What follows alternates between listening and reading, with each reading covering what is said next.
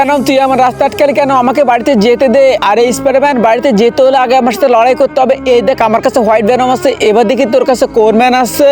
আরে বেনম তাই নাকি, তোর সাথে লড়াই করতে হবে। এই দেখ আমার কাছে হোয়াইট স্পাইডারম্যান আছে, এবার দেখি তোর কাছে কোরম্যান আছে। আরে কিসের তোর হোয়াইট স্পাইডারম্যান? এই দেখ আমার কাছে জম্বি বেনম আছে, এবার দেখি তোর কাছে কোরম্যান আছে। আরে বেনম তোকে এখনো বলতেছি আমাকে বাড়িতে যেতে দে। এই দেখ আমার কাছে শক্তিশালী স্পাইডারম্যান আছে, এবার দেখি তোর কাছে কোরম্যান আছে।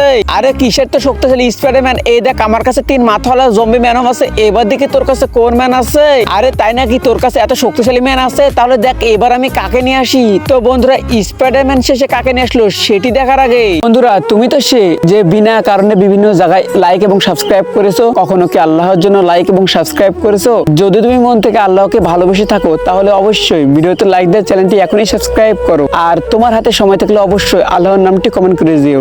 এই দেখ বেনম, আমি পৃথিবীর সবচেয়ে শক্তিশালী স্পাইডার রোবটকে নিয়ে আসছি। এখন তোরা কি করবি? এখন তোমাদেরকে পালাতে হবে।